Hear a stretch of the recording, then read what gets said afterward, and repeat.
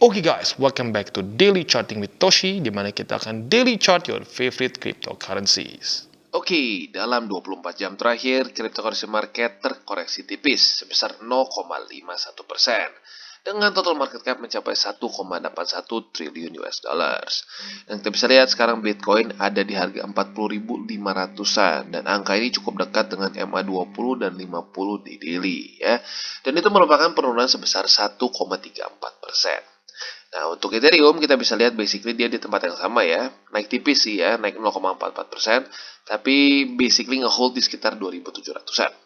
Untuk BNB dia meningkat tipis sebesar 0,1%. Lalu juga XRP dia terkoreksi tipis 0,23, sekarang di 78 sen. Terra Luna lanjut koreksi ya, jadi benar yang kemarin masuknya lebih ke lower high ya, dan seterusnya. Nah, sekarang kita lihat daily close dari Bitcoin. Daily close dari Bitcoin kemarin dengan sangat jelas tidak di bawah dari MA20 dan 50. That's good ya. Karena seperti yang gue bilang, PR untuk Bitcoin sekarang yang paling penting adalah menahan MA50 dan 20 sebagai support. Konfirmasi bahwa ini support. Jadi kurang lebih seperti ini ya. Dia hold as support dan terpantul di sini. Karena kalau kita lihat sudah berapa kali gagal terus ya, Bitcoin berapa kali tembus dengan ya bisa dibilang dengan cukup gampang ya. Di sini oke, gampang, di sini juga oke. Tetapi saat dia tembus ya dan reject, dia gagal untuk hold. Di sini gagal, di sini gagal, di sini gagal ya. Nah, jadi pada hari ini apabila dia bisa hold atau mungkin dalam beberapa hari ke depan tepatnya bisa hold dan terpantul di sini ya, alias membuat membuat higher low di sini ya, dan terpantul di sini, itu menunjukkan bahwa momentum Bitcoin cukup baik gitu. Jadi itu adalah PR untuk jangka pendeknya ya.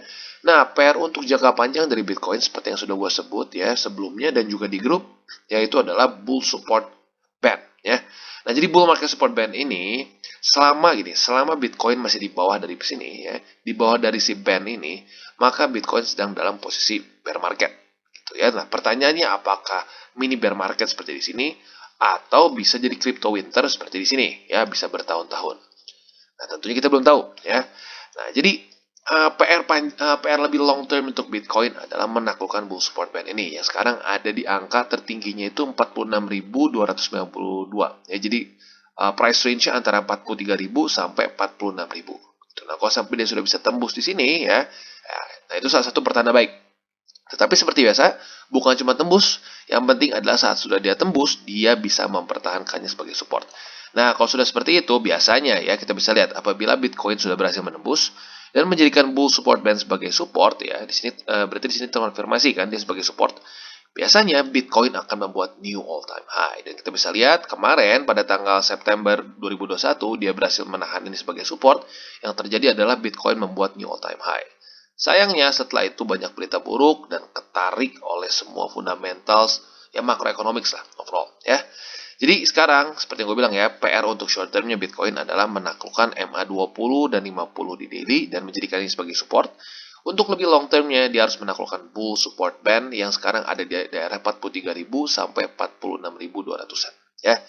Jadi kurang lebih seperti itu. Nah, untuk detailnya lebih dalam lagi nanti di belakang. Sekarang kita akan bahas dulu newsnya. Sebelum masuk ke news, gue lupa nih, gue harus ingetin dulu bahwa nanti sore kita akan update mengenai on-chain analysis. Ya, tepatnya setelah keputusan dari The Fed. Apa yang dilakukan oleh para whales. Nih, kita akan mengintip apakah mereka akumulasi atau mereka malah buang koin-koin mereka. Ya, jadi stay tune untuk video nanti sore. Oke, dan kita masuk ke beritanya ya. Traveling ke 40 negara selama 400 hari dengan Bitcoin ya. Ini setahu gue baru 7 sih, tapi rencananya akan 40 negara ya. Jadi seorang fast moving Bitcoiner ya, dia sudah berjalan ke 7 negara dari 40 negara targetnya dengan Bitcoin Powered Marathon ya, maraton dengan pembayaran pakai Bitcoin. Nah, Paco the Runner namanya. Dan juga sering dikenal sebagai Paco della India, jadi Paco dari India ya. Dia mulai berangkat dari tanggal 17 September 2021 dan membayar semua perjalanan dia dengan Bitcoin kecuali transportasi menurut dia ya. Dan dia ingin menunjukkan bahwa Bitcoin ini memberikan freedom ya, kebebasan bagi orang yang menginginkan kebebasan tersebut. Nah, ini foto dia beli es krim di India dengan Bitcoin di sini ya. Lalu juga Paco ini mulai sadar ya, sadar bahwa dia ini living a lie on fiat standard menurut dia. Karena dia membaca buku yang diberikan oleh temannya yang berjudul The Bitcoin Standard. Ini buku bagus banget ya buat kalian yang belum ngerti apa manfaat dari Bitcoin dan kenapa Bitcoin menurut gue juga bisa bertahan sebagai sebagai satu uang gitu, sebagai suatu currency. Ya, kalian boleh baca buku ini ya. Jadi Bitcoin Standard ini nggak cuma ngomongin soal Bitcoin ya, dia ngomongin soal sejarah dari uang itu sendiri. Bagaimana zaman dulu orang menggunakan uang dan kenapa uang fiat lagi-lagi mati dan mati lagi ya. Nah, jadi ini boleh kalian baca nih ya, buat kalian yang tertarik. Ini buku seingat gue buatan Dr. Syaifuddin Amus, kalau nggak salah ya. Dia seorang ekonom kelas dunia juga. Jadi buat kalian yang tertarik, boleh baca. It's a good book ya. Dan selanjutnya kita lihat juga. Setelah dari itu, Paco ini mulai si travel plans ini mulai berubah menjadi Bitcoin awareness, mass adoption, dan juga showing the kindness of humans campaign ya, di mana dia mendokumentasi perjalanannya dan setiap Bitcoin transaction dengan travel vlog dia dan juga social media updates. Nah, ini mungkin kalian boleh cek ya, jangan-jangan dia update di YouTube atau mungkin di Facebook ya. Dan kita bisa lihat so far dia berhasil hidup dengan BTC saja lewat dari 7 negara. Tetapi dia tetap bilang ya bahwa dia menggunakan cash untuk public transport karena baik lagi belum ada yang terima Bitcoin untuk public transport ya. Nah, yang baik lagi karena itu punya negara ya public transport. Lalu selanjutnya kita bisa lihat juga saat di Sri Lanka ya, dia pernah kehilangan kunci dia dan otomatis pemilik hotelnya kesal ya. Maka dari itu dia harus mencari pembuat kunci ya untuk membuat spare kopi dari si kunci dia. Nah, itu dia sampai harus pindah ke bukan pindah, dia harus sampai lari ke kota di sebelah situ ya, di sebelah dari kota yang dia tinggali, di mana tidak ada electricity, sampai akhirnya ya ada juga ya, baru akhirnya dia mencari ada orang yang sebuah keymaker ya, sebuah pembuat kunci yang menerima Bitcoin. Jadi dia bilang Bitcoin keymaker ya di sini orang ini ya. Jadi dua orang ini ya di tempat yang bisa dibilang bukan tempat yang bukan negara maju ya, bukan negara maju, di workshop kecil mereka bisa menerima Bitcoin. Dan juga dia mengingat juga salah satu memori di mana dia ini ada di Koh Samui ya. Koh Samui ini ada satu island yang cukup terkenal di Thailand dan cukup terkenal dia itu anti Bitcoin ya. Nah, tapi uniknya apa? Ternyata setelah dia mulai berjalan di pulau tersebut dalam 200 meter, dia menemukan ada sign yang mengatakan bahwa mereka menerima Bitcoin. Even di tempat yang dibilang anti Bitcoin pun ketemu ada orang yang mau terima Bitcoin ya. Dan banyak lagi ya, di sini ada banyak banget ceritanya buat kalian yang pengen baca lebih detail boleh ya. Di mana dia ada ketemu orang di kereta, dia dapat makan dengan bayar ke orang itu gitu kan, dia memiliki trust wallet. Lalu juga ada potong rambut, dia beli burger, tuk-tuk, dentist, dan bahkan pembelian silver coin dengan BTC. Ya, jadi ini cukup menarik ya. Mungkin kalau kalian ketemu vlognya bisa kalian tonton semuanya. Tapi intinya dari ini adalah kita menunjukkan bahwa seringkali orang bilang, wah Bitcoin emang diterima di mana? Gitu. Emang siapa yang mau menerima Bitcoin? Nah, ini dia faktanya. Ternyata semakin banyak orang-orang yang mau menerima Bitcoin. Dan bisa kita lihat pada faktanya bukan di kota-kota super besar, bukan kota-kota super maju teknologinya, bahkan di negara-negara seperti India, di Thailand, yang masih bisa dibilang masih berkembang gitu ya, ya mereka banyak yang sudah mau menerima Bitcoin.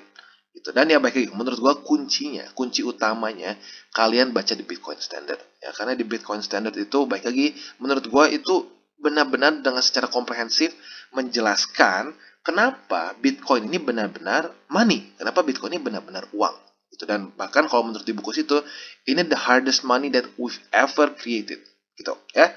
Jadi kurang lebih seperti itu, dan mungkin kedepannya ya, by the time mungkin udah ke cucu kita, mereka bingung gitu, emang ada tempat yang nggak terima Bitcoin.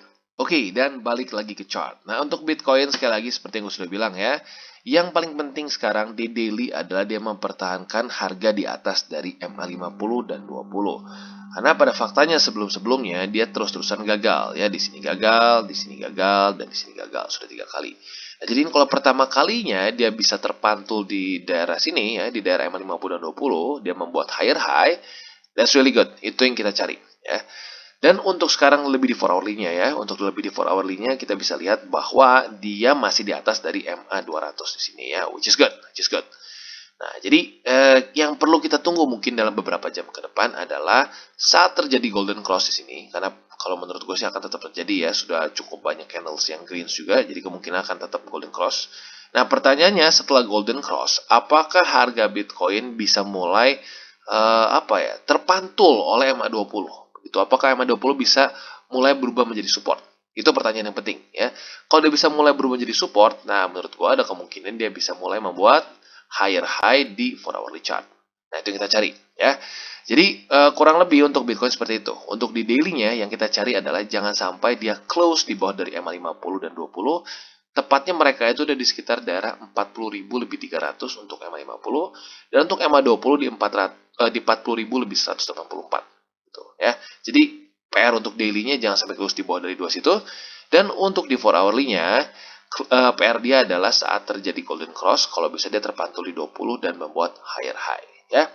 Jadi kurang lebih seperti itu untuk Bitcoin dan secara overall sekarang dalam kondisi yang cukup oke, tapi masih butuh konfirmasi lebih lagi gitu. Nah, buat kalian yang ingin averaging ya dan mungkin belum pernah punya posisi di daerah sini, di daerah 40 ribuan bawah ya.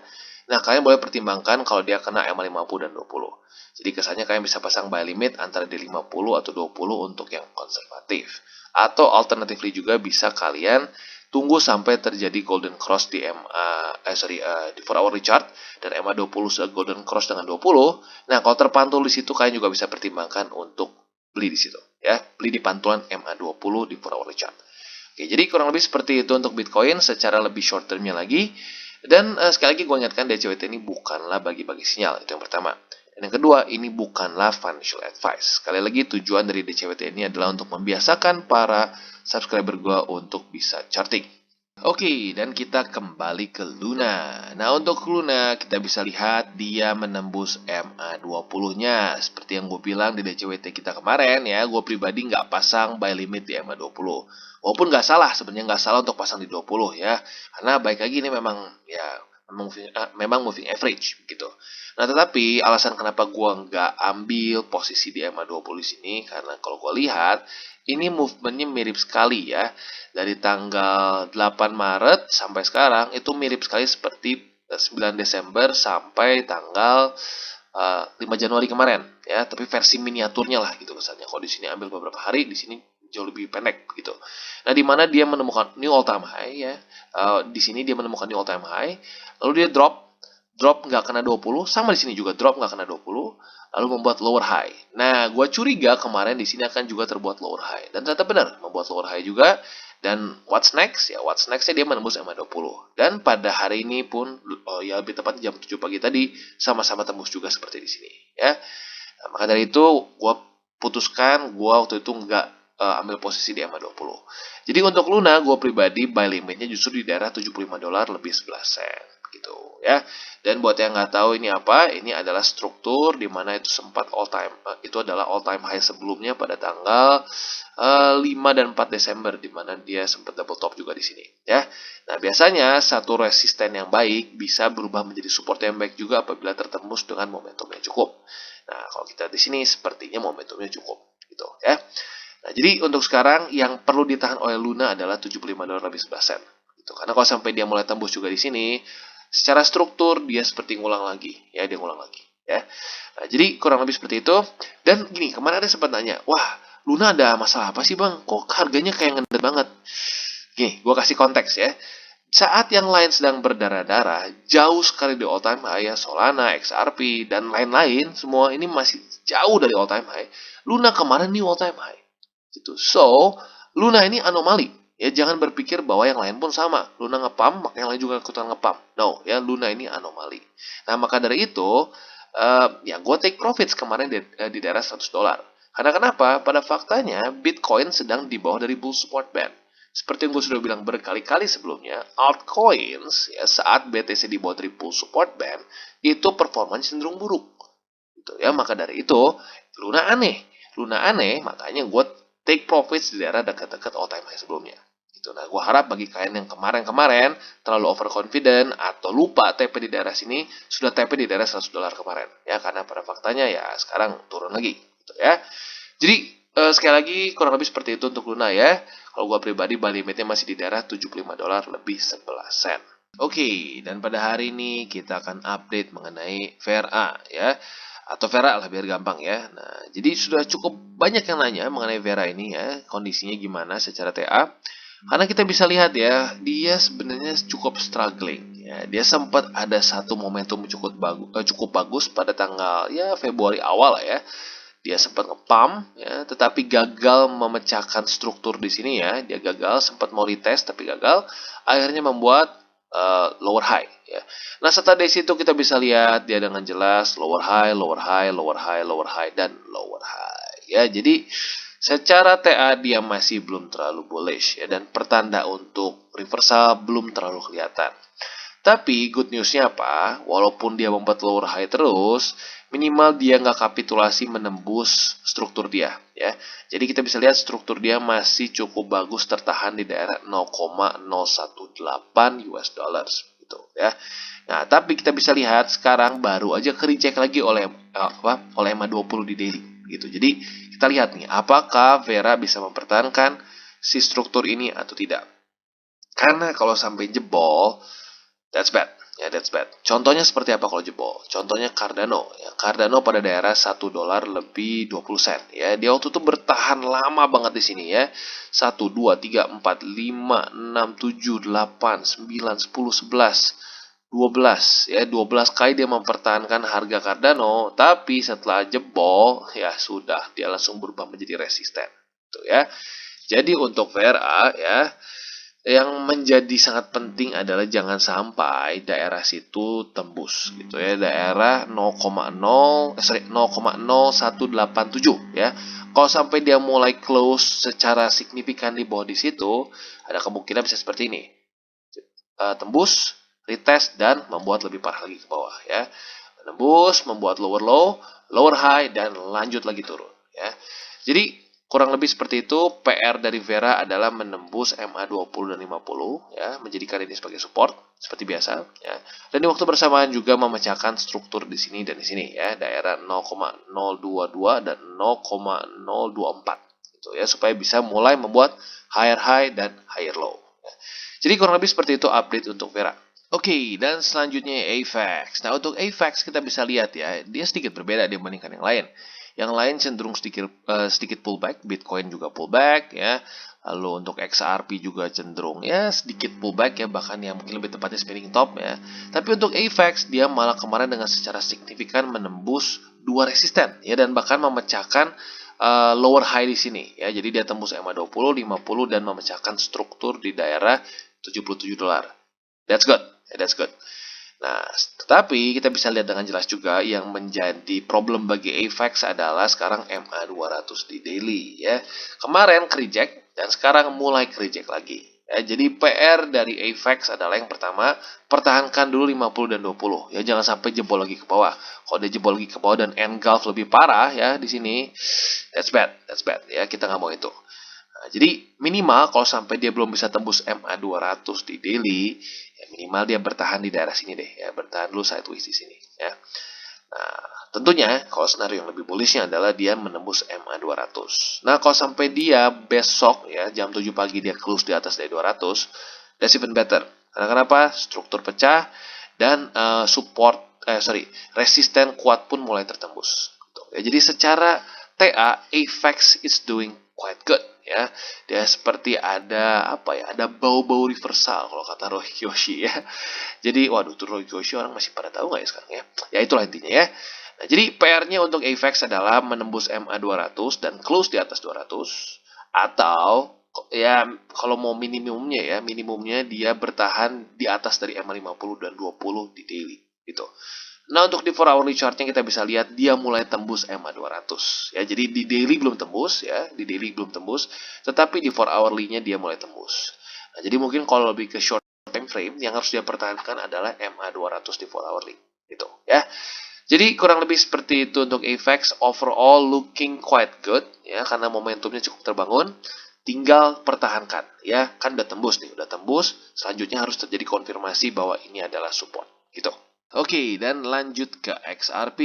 Nah, untuk XRP, dia sepertinya masih cenderung belum cukup kuat untuk lanjut ke atas, tapi minimal MA20-nya masih bertahan sebagai support yang baik ya.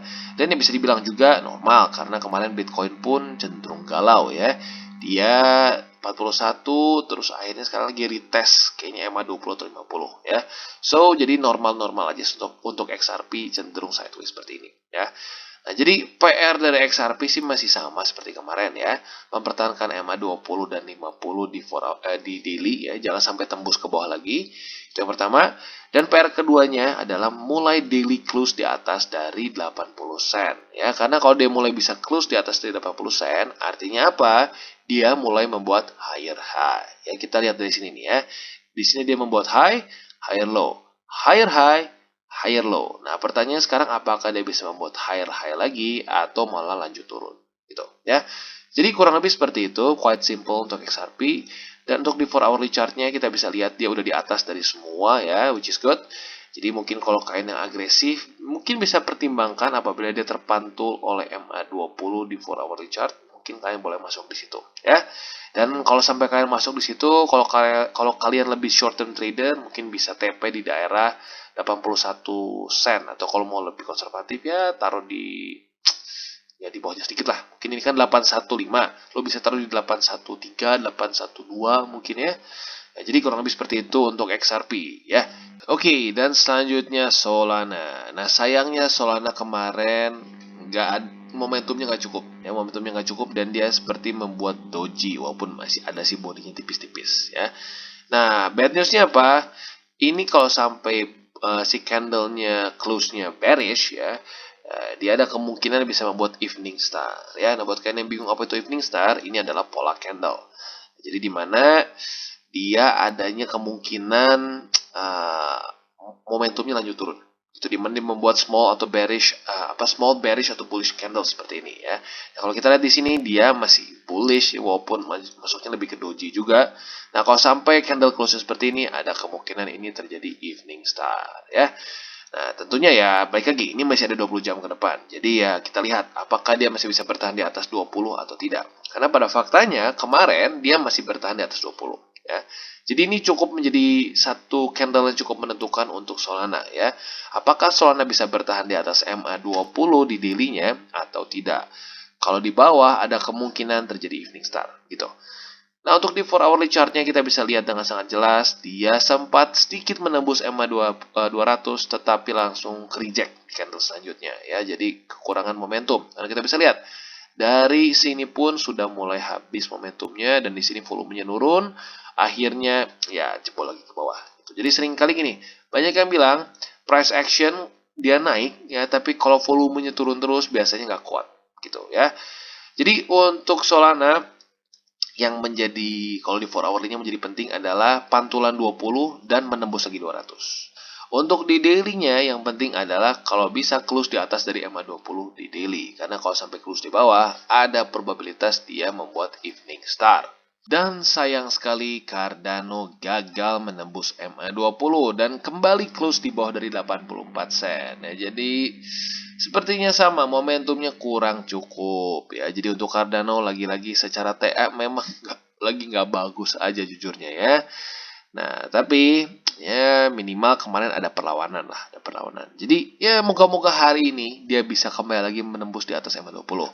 Nah, tetapi kita bisa lihat ini sedikit mirip seperti Solana kondisinya ya. Ada kemungkinan juga di Cardano terjadi evening star. Ada kemungkinan ya, belum pasti. Karena baik lagi candle hari ini belum close. Nah, jadi tentunya hari ini juga untuk Cardano cukup penting nih. Apakah candle close-nya akan buruk atau tidak? Nah, kalau sampai dia close-nya di bawah, apalagi sampai close candle-nya seperti ini gitu kesannya ya. Merah ke bawah seperti ini ya. That's gonna be bad. Karena makin mirip seperti ya evening star. Ya, dan evening star ini menunjukkan bearish price action ya. Tuh, bearish price action. Nah, jadi semoga saja pada hari ini Cardano bisa close di atas MA20 dan di atas dari 84 sen ya.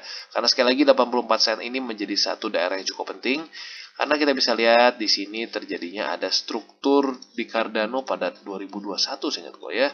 Ya, di 2021 pada Februari lah, bulan Februari. Nah, semoga saja dia bisa kembali lagi di atas ini dan sekalian juga menebas MA20 si tukang pukul ya. Jadi kurang lebih seperti itu untuk Cardano. Dan buat yang nanya, Bang, kenapa Cardano turun terus ya? Jadi gini, kalau menurut gua Cardano itu waktu lagi di sini ya, dia terlalu nge-hype ya, dan ekspektasi orang nggak make sense gitu ya. Ekspektasi mereka nggak make sense, mereka berpikir ini akan instantly menjadi Ethereum, itu dimana semua orang akan pindah ke Cardano.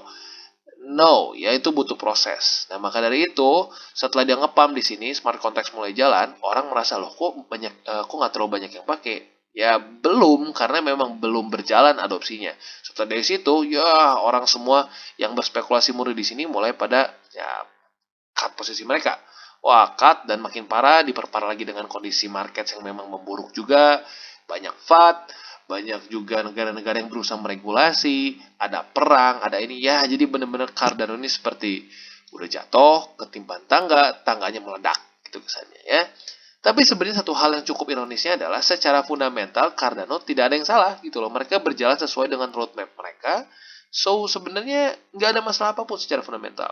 Tapi baik lagi, kadang-kadang ini bisa menunjukkan bahwa markets irasional ya, tidak terjadi masalah apa-apa ya, tapi ya harga tetap turun. So, maka dari itu kalau gue pribadi sih akan tetap hold Cardano. Karena menurut gue secara fundamental tidak ada permasalahan yang signifikan. Nah, gue akan pertimbangkan untuk cut posisi dari satu aset apabila tiba-tiba nih ya, dia nggak sesuai dengan roadmap. Terus juga ada bug yang mungkin ekstrim sampai kesannya satu main selling point mereka tuh jebol gitu. Contohnya kayak awalnya Cardano nih, misalkan Cardano selalu menggunakan peer review. Tiba-tiba Charles bilang, aduh kayaknya terlalu lama, kita ubah deh ya, jangan peer review lagi. Nah, itu gue ada kemungkinan bisa cut loss. Karena kenapa? Hal yang fundamental dari Cardano dihilangkan. Nah, untuk sekarang, nggak ada hal fundamental dari Cardano yang dihilangkan atau dilanggar. Gitu. So, ya kalau gue pribadi masih terus hold. Gitu ya. Jadi kurang lebih seperti itu untuk Cardano. Oke guys, jadi itu adalah akhir dari segmen DCWT kita pada hari ini. Dan jangan lupa bagi kalian yang merasakan manfaat dari segmen ini, jangan lupa untuk share ke teman-teman kalian. Dan apabila lu pengen mensupport channel kita, ya TCI, jangan lupa untuk menggunakan link referral kita di bawah. Nggak wajib ya, tetapi apabila lu menggunakan link referral kita di bawah, ada macam-macam ya, dari Bybit, Huobi, Maxi, toko kripto, dan banyak lagi ya. Ya, walaupun nggak wajib, tapi kalau menggunakan link referral kita, lu secara langsung membantu perkembangan dari TCI. Dan satu lagi, jangan lupa juga untuk join Telegram group kita, di mana kita bisa ngobrol-ngobrol santai mengenai dunia cryptocurrency secara dua arah. So, jangan lupa untuk like, subscribe, klik the bell icon, and see you on the next video.